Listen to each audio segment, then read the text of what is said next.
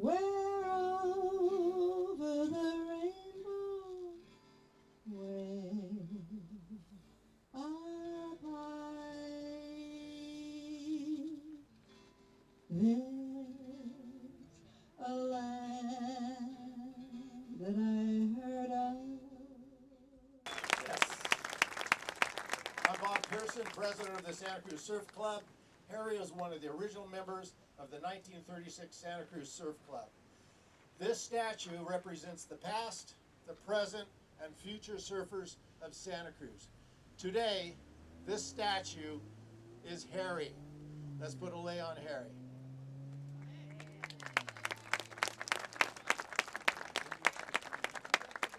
A lei is a symbol of love, honor, friendship, respect. We actually have Harry's jacket around the surf statue today too in honor of Harry. Please put your positive thoughts and love into this lei. Hey, Harry.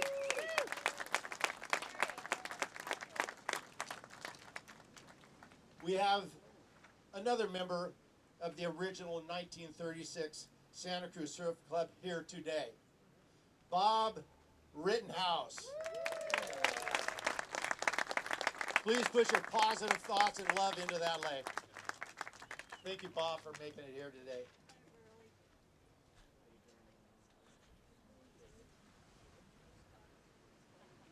At this point, we are going to introduce Lorraine Kinnaman Kulu Kumu Kalai from the Tehanui School of Hula and Tahitian Dance. But sadly, her mother just passed. She has been here before doing these celebrations and functions. She does an incredible job. Our thoughts go with her. We do have a group from the Tehanui School of Hula and Dance going to do a performance right now. Kay and our friends. That would be great. Come on forward.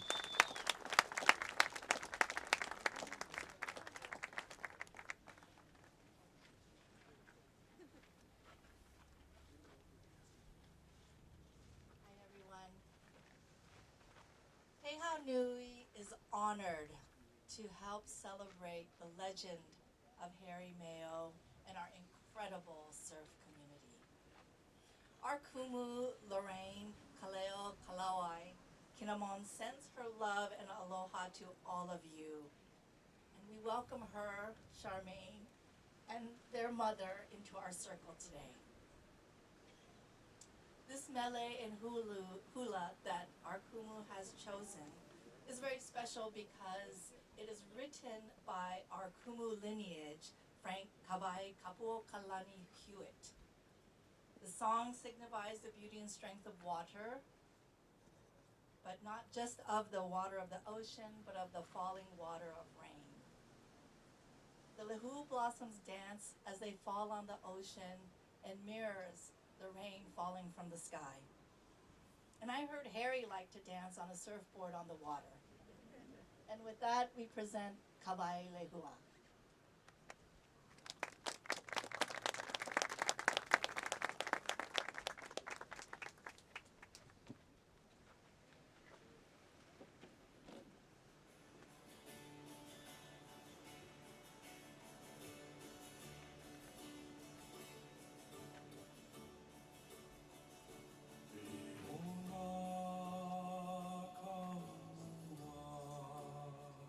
Hali hali na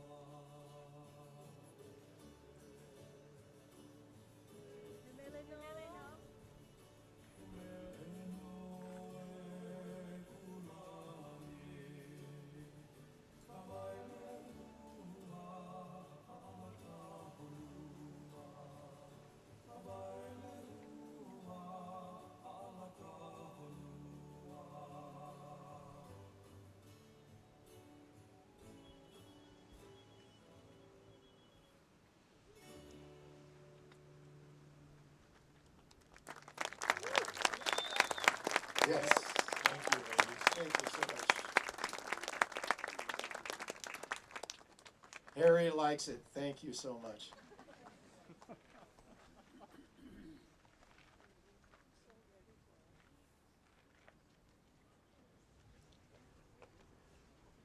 At this time, I would like to introduce Fred Keeley, our mayor. Fred, are you here?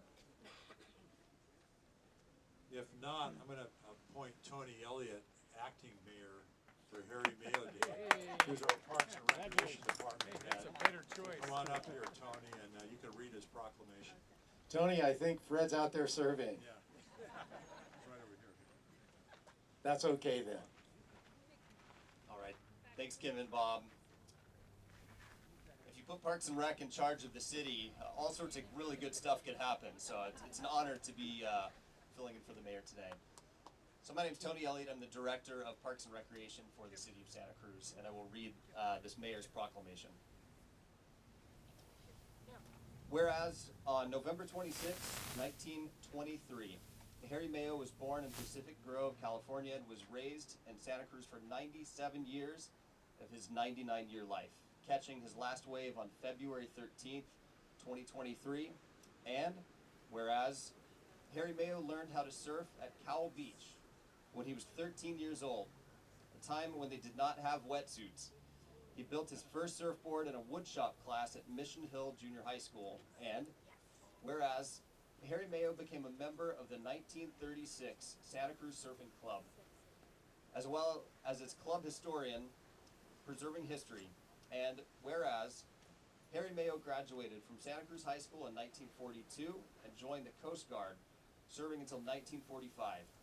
He was stationed on the Santa Cruz Municipal Wharf and was known as the captain of the port detail, protecting our coastline during World War II. And whereas Harry Mayo joined the Santa Cruz Fire Department in 1949, retiring after working 30 years. He served as a firefighter, deputy in the Firemen's Association, president of the local 1716, and as a fire captain. And whereas Harry Mayo was a founding member of the Santa Cruz Surfing Museum in 1986 and a founding member of the Surf Statue in 1992, where we are standing here today honoring him. And whereas Harry Mayo was a member of the Santa Cruz Old Timers Association and was honored as the Santa Cruz Old Timer Man of the Year in 2004. And whereas Harry Mayo donated both his time and money to the Salvation Army and was given a Lifetime Achievement Award in 2017.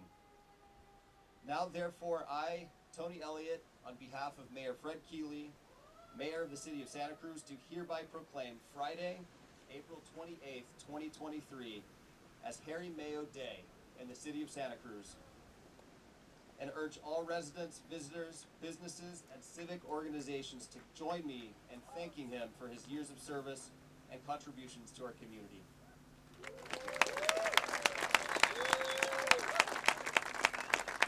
Thank you, Tony. There goes the fire department. Thanks for taking care of us. We got a call here.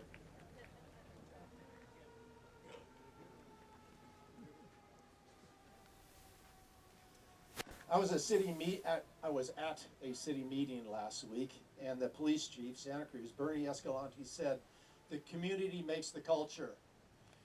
Here in Santa Cruz, our community has made the best, thriving, hardcore surf culture in the world.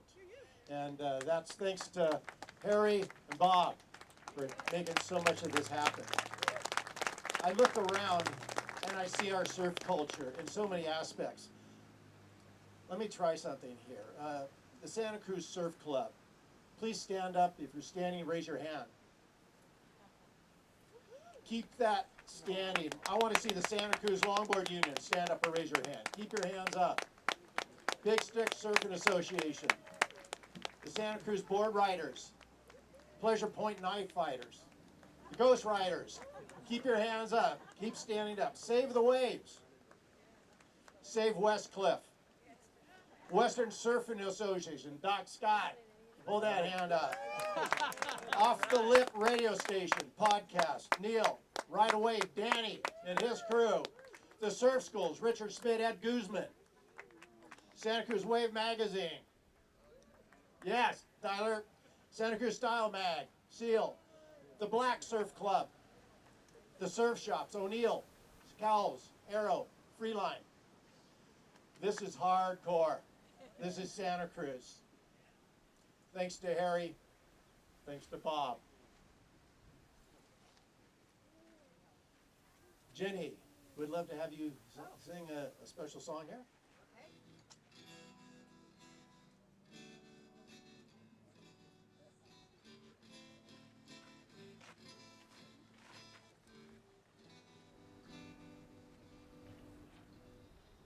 Somewhere over the rainbow, way up high, there's a land that I heard of once in a lullaby. Somewhere over the rainbow skies are blue, and the dreams that you dare to dream really do come true. Someday I'll wish upon a star and wake up where the clouds are far behind me,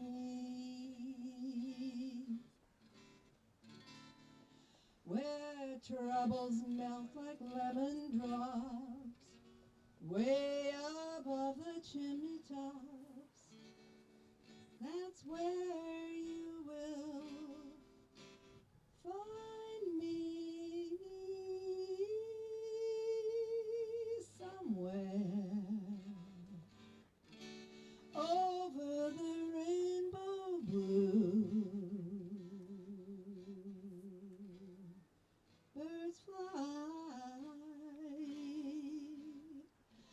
Birds fly over the rainbow.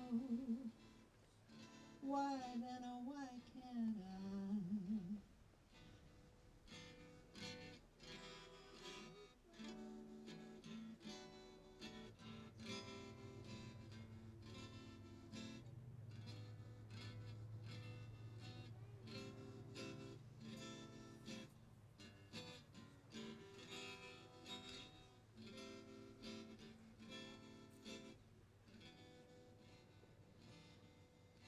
Someday I'll wish upon a star and wake up where the clouds are far behind me, where something happens and it changes. You'll find it all changes for the better, and all those worries are behind you. Somewhere over the rainbow, skies are always blue, and the bluebirds fly over the rainbow. Why then, oh why can't I? If happy little bluebirds fly beyond the rainbow, why, oh why can't I?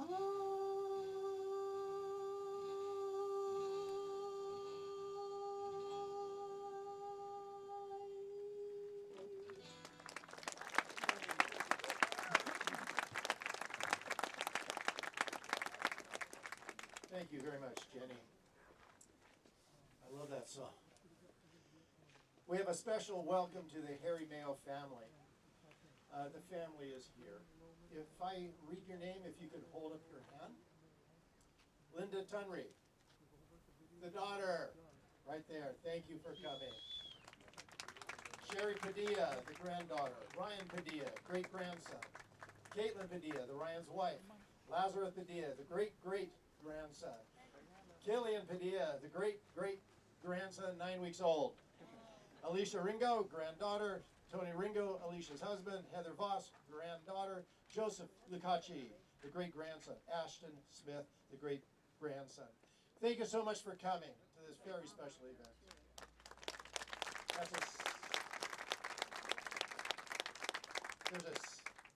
There's a 73-year age difference there.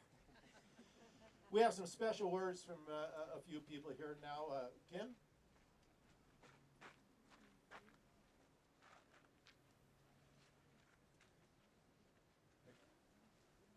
Again, I just want, can you hear me okay? Hello? Yeah, I just want to again welcome everyone. And I just wanted to say that I really got to know Harry when the Santa Cruz Surfing Club and the Santa Cruz Longboard Union, with the West Side Longboard Coalition Surf Club and the local chapter of the Surfrider Foundation, and the rest of the surfing community, all joined together to create our Santa Cruz Surfing Museum, which opened back in 1986. Harry always had some local history, lots of photos, and a funny joke to share to keep us all laughing and together. And actually, my mother, Marie Stoner, knew Harry a long time.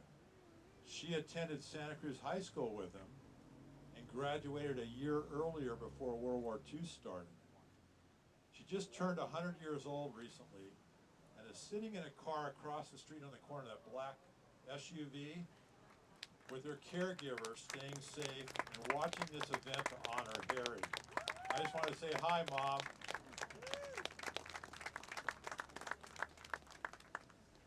I remember asking Harry years ago what it was like guarding our coastline during World War II when he was in the Coast Guard stationed on the municipal wharf.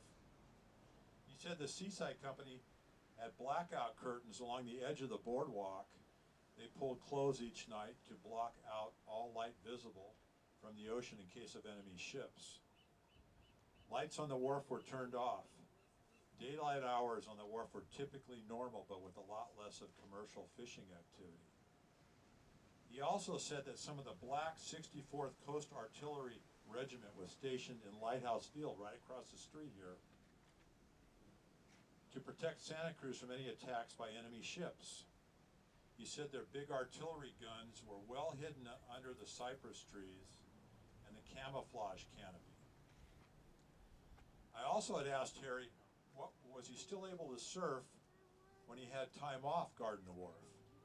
And his response was, he surfed Cowell's Beach mostly alone and really missed surfing with his buddies that were away serving in the Army or the Navy. So respectfully, thank you, Harry, for your service. Rest in peace.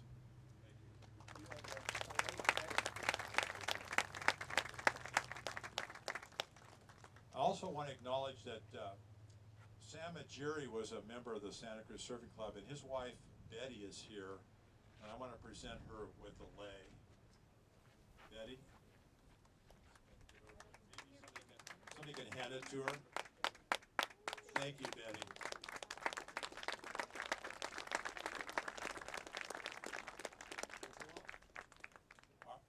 Is Burley here? Burley, you want to speak? Burley's coming up here as we're waiting for him. I surf.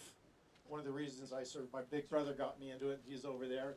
And my mom made both of us. So my mom, 98 years old, is over here, Marge. Thank you. Burley. Aloha. My name is Burley Cooper. I am a board member in the Santa Cruz Surf Club Preservation Society.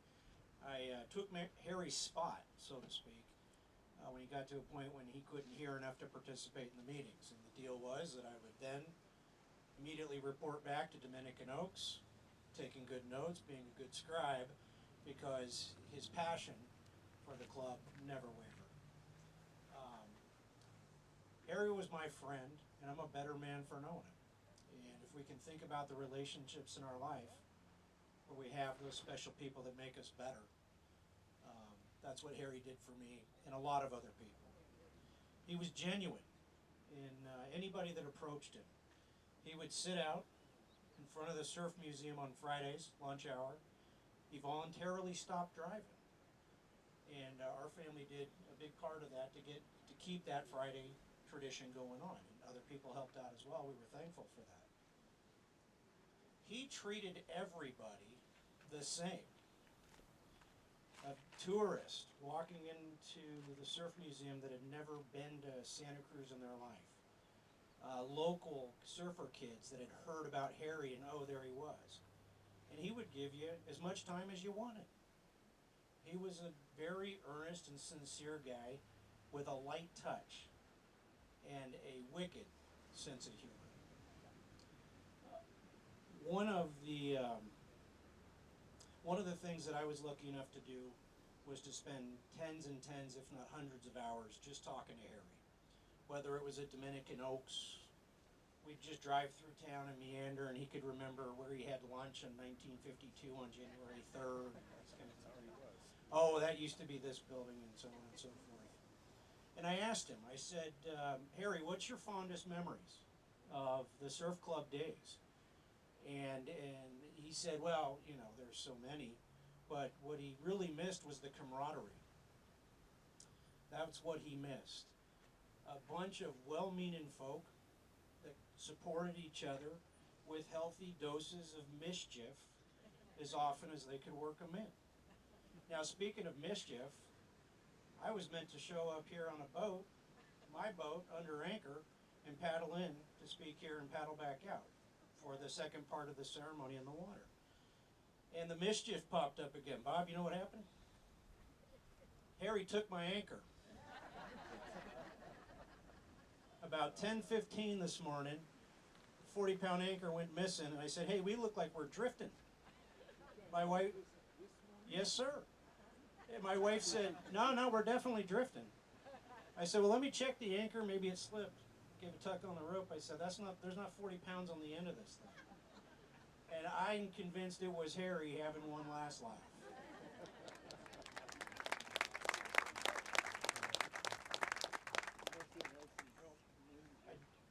I want to thank the Surf Club for organizing this event. I want to thank Jerry Sproul. Where are you, Jerry? For everything you did for Harry. Bill Cunningham, where are you? Bill, everything you did for Harry. I watched it. You are selfless people, and you deserve a lot of respect and credit for what you did. The last thing I'll say about Harry relates to that board right there. That board's the only board we know of to exist from that June 7, 1941 photo on Cowell Beach. That's the only one we know of.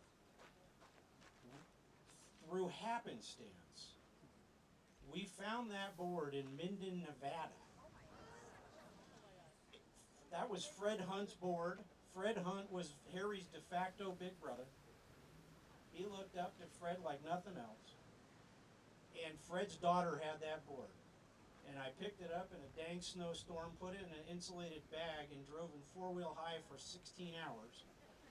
No joke, to get this thing home.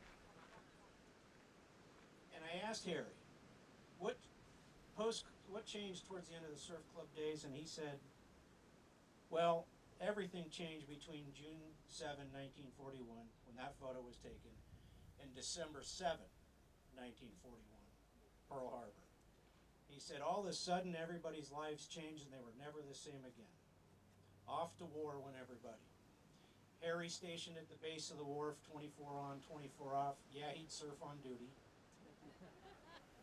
And as I look back at Harry and Bob and Doug Thorne, who's passed, and having a chance to get to know these men, my only regret is I wish I would have had more time with everybody. And Bob, that means I'm going to creep around your house and hang out. Thank you, folks.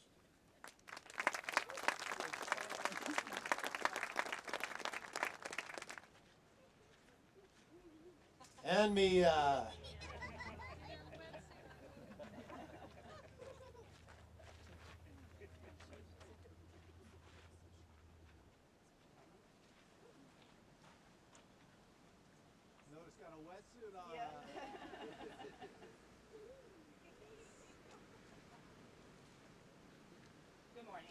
My name is Helen Cooper. I had the absolute pleasure of being a friend of Harry Mayo. I first met Harry about 10 years ago, and at that time, as Burley mentioned, Harry and some of the old-timers would meet every Friday on the benches outside the Surf Museum, not far from where we're seated right now. Soon after we met, Harry gave up his driver's license, and my husband and I became part of a very small group that would make sure that somebody could pick him up and drive him out so that he could still enjoy those Fridays. Then when my daughter was born, she and I became one of Harry's regular drivers, and the three of us spent many Fridays hanging out. Out at the lighthouse, Harry and his buddies would catch up with one another, many of them having been friends for more decades than I've been alive. They'd sit and enjoy the sun, or the fog, or breeze. We'd watch the surfers out on the lane, and inevitably someone they knew would be walking down Westcliff or be out checking the surf, and they'd stop by and say hi. At some point, Harry would grumble about the state of the flag and how it needed to be replaced. He was always a stickler about a very proper flag. Harry and my daughter Mia had a special connection, and he loved nothing more than to put her on top of his walker and just push her up and down the ramps by the lighthouse. After those outings, we often took the long way home. And as we drove through the streets of Santa Cruz, Harry would tell me about different landmarks and what used to be there. He'd point out where he had a summer job or a house that he once lived in. That time with Harry was a gift. Harry will be remembered as a surfer, a firefighter, a member of the Coast Guard. But I knew Harry as a friend. He was genuine, he was always warm and kind, and he was generous. As mentioned, he was funny, and in fact, he loved to print out copies of lawyer jokes that he found on the internet and give them to me so that I could take them home to my husband. Harry was endlessly interesting. He always had a story to share. But maybe more importantly was that Harry was equally interested in life. He kept up on current events, he stayed connected with his friends, and he was involved with community organizations like the Salvation Army. With the help of his trusty rain gauge, he could tell you exactly how many inches of rain had fallen in the past few days. He always asked me about my job, my life, my family, often recalling details that I had forgotten that I'd even shared with him. I do wish that I could spend another Friday sitting on the benches with Harry, doing not much of anything, which, as it turns out, is one of the most important parts of life, if done with the right people. And Harry was the right people. So, since we're all gathered here on this beautiful Friday morning, in one of Harry's favorite places, I invite you to join me in a moment of silence in honor of Harry. Let's take a moment to feel that California sun that's trying to poke through the fog on our skin, to breathe in the salty air, and know that you are surrounded by friendly faces, just like Harry would have.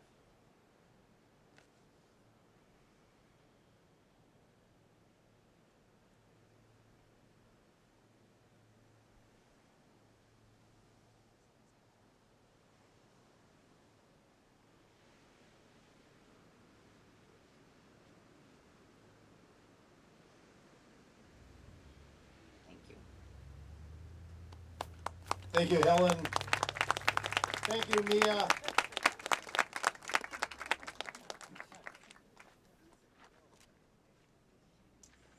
Jerry, would you like to say a few words?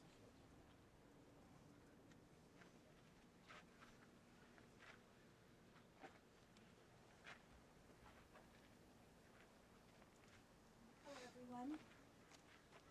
I have known very few individuals who could compel me to speak in front of a large group of people, but Harry was one of them. I first met Harry about 25 years ago when he and his wife Judy were customers in the market where I worked. I didn't see Harry very often because Judy said he complained so much about the cost of everything that she made him wait in the car until she had finished shopping. After I retired in 2002, I continued my relationship with Judy. And when I go to visit, I got to know Harry a little bit better. Prior to her death in 2006, Judy took me aside and expressed her worries about how Harry was going to get along without her. She said he didn't even know how to boil water.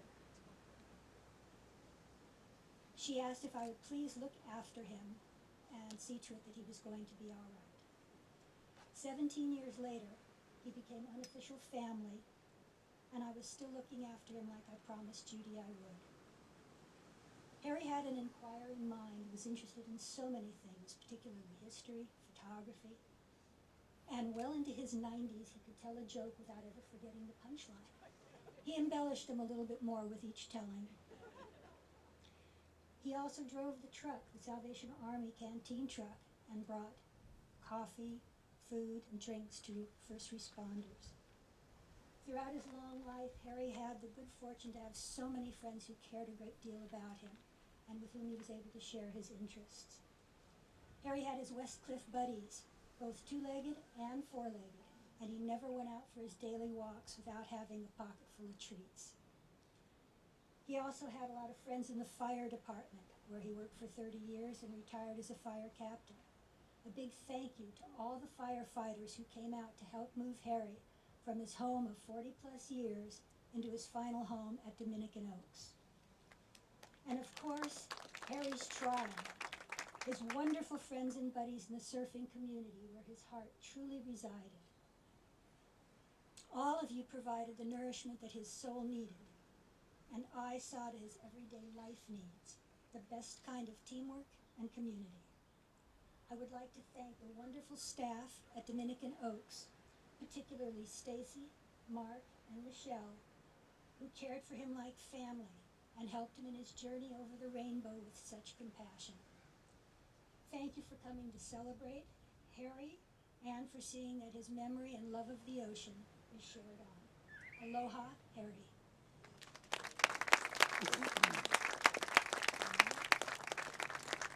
Thank you, Jerry. At this time, I'm going to ask Bob Rittenhouse to tell us a little short story.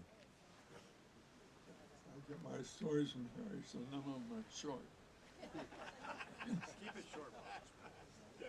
First, I want to say that Harry Mayo is the backbone of the club. A lot of talk about him, but I don't think he'll ever be replaced. Never. He was just a fun guy. But I've got to tell you one story about him. This is a true story, especially for your family. One day, we're still just out of high school. Anyway, it's during the time between the transfer of the old big boards like that and the little kid boards they ride now. Harry called me and says, "Let's go with that surf's up." I said, "It's just Harry, the fog is thick. We can't even see out the window." He said, "Come on, let's go. It's a beautiful surf." So anyway, we go and we come down and we get the boards. We go to the board house over here. We get our boards. I get mine, put my cork in the board. He gets his. And he falls out behind me. We get out right about here. I turn around and look. I can't see her. We go on, and I catch a ride in. I still don't see Harry. I come back out, and I say, "Help! Help!" I look all around. Harry, over here. And right down, I think right in here someplace, they've thrown a lot of rocks, but there used to be a little cave in here. And here, sitting with his board lying on a little tiny strip of wet sand, is Mayo in a fetal position like this. cuddled up in what's wrong, Harry? He says, I got here and my board's just sunk. I said, what happened? Why did it sink? He said, it filled full of water. This is a board I never saw before. I just grabbed it and came out. But it had a place to put a cork at both ends, and I only put a cork at one end. He said, it filled up with water faster than I could get it out. And so I just couldn't get out of here. So we got the board off with sand. It was so heavy with the water in it. And we got it out and I got him back to shore. So, sort of like a little publicity, so I let everybody know that I saved Harry's life. And the beefs, they were all, that. So we have our next board meeting. And we're all ready to resign. Richie Thompson, I think, shouldn't have mentioned his name. He gets up and he says, I have a motion to make. And what is that? I move that we kick Bob Rittenhouse out of the club. And what's going on? And he said, or I asked, well, why are you doing that? He says, because you saved Harry Mayo's life. So, my daughter said to say goodbye. Thank you, Bob. Thank you so much, Bob. Thank you, Bob. Bill Cunningham. There's a flyer going out now, and I drew up the flyer and gave it my daughter to print, and she did a great job. And I was trying to figure out where to put Bill Cunningham on there. I was really looking forward to him could ever talk because he took such great care of Harry. In the process, I'll put him here, put him there, and I never made a decision. Gave my daughter all the names without Bill's on it. So I made a big mistake. Bill's an incredible guy. He really took care of Harry. Bill's going to get up here and talk right now.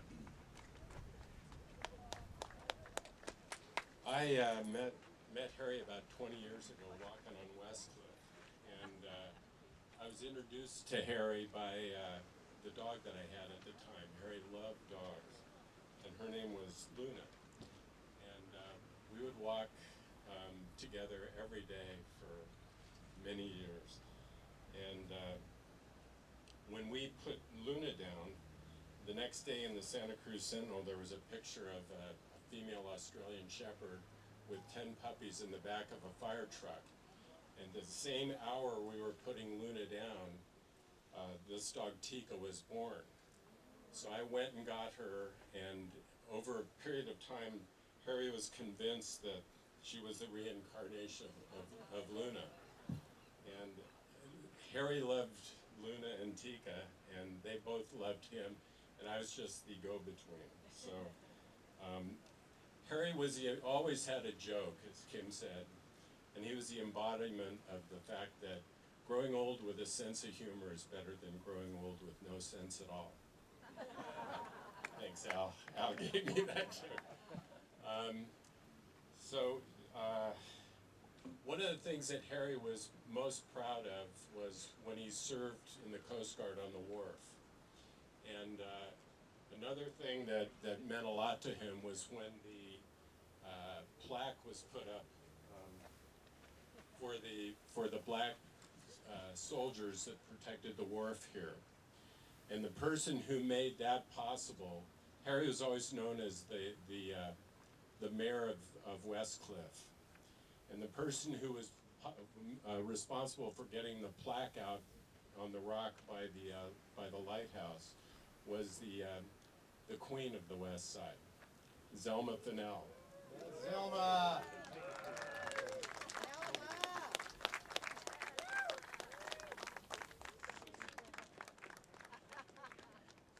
Yeah, Zelma.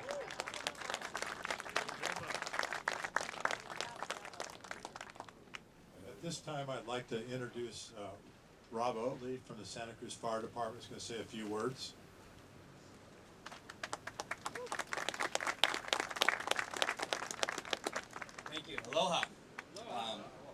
My name is Rob Odie, the fire chief of the Santa Cruz Fire Department.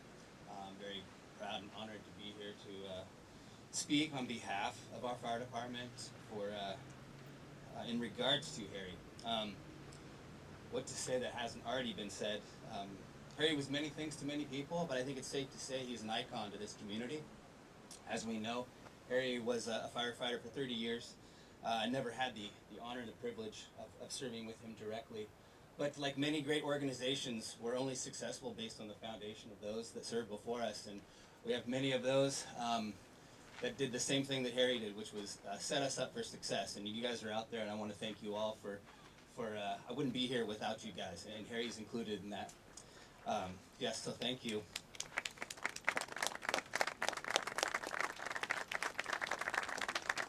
Can only be so lucky to look that good. So again, Harry left an indelible mark as a public servant, and something that won't be forgotten.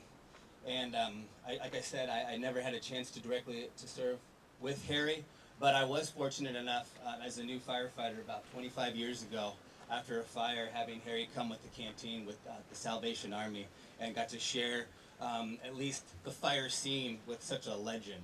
And so I feel very lucky and fortunate to have had that opportunity, and I only wish everybody else could have the same. So moving forward, I have to say on behalf of the Santa Cruz Fire Department and myself, I want to thank the family and Harry's tribe for sharing him with us, and it'll be my mission and my honor to carry on Harry's tradition of public service and make sure that those that come after will live and serve just like Harry. So thank you very much. Rob, thank you so much. We're a little over our time allotment, but we have one more speaker. Randy?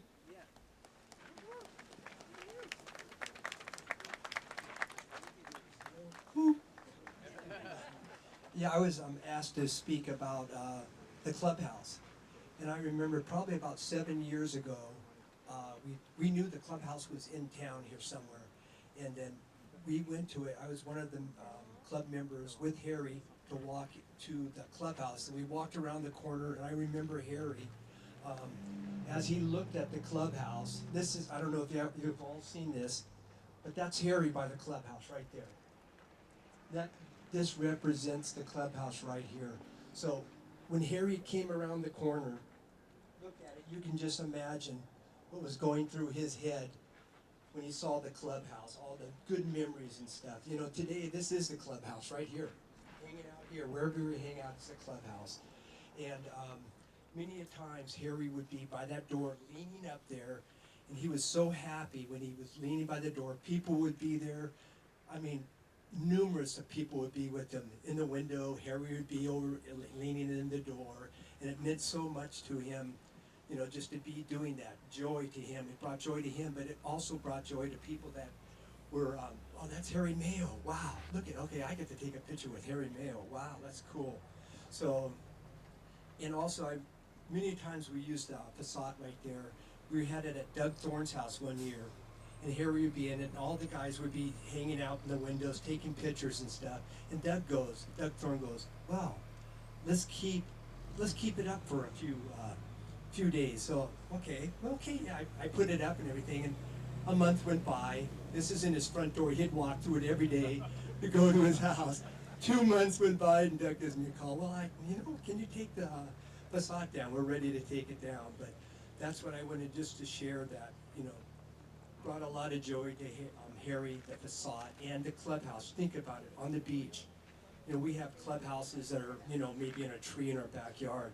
They had Cal's Beach, you know, Cal's Beach. And I remember Kim and I were talking about, oh, we had a good time surfing back in the 60s. Wow, we had it all to ourselves. But think about it.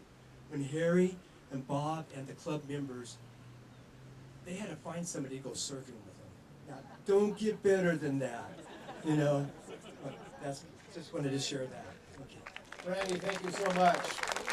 So in other words, if you're would be interested in having this facade put in your front yard, we can see Randy. We're going to be bringing this to a close. Acknowledgements. The first I'd like to do is thank Jonathan on the sound system over there. Jonathan, you're unreal. He set this thing up. It works so doggone good. Thank you. Bill, Jerry, Burley, thank you so much for taking such good care of Harry. You guys are so special. So special. Mike D on the video. Quentin helping out there, and Randy the side. Kim the proclamation. Jay topping the sign. Kyla Pearson the flyers. Don the Woody. Judy the lays. And everybody else who helped. Thank you so much. That brings us to the end. We're going to have a paddle out now. A little words about the paddle out. There are some waves coming through. It's a little difficult to get down here.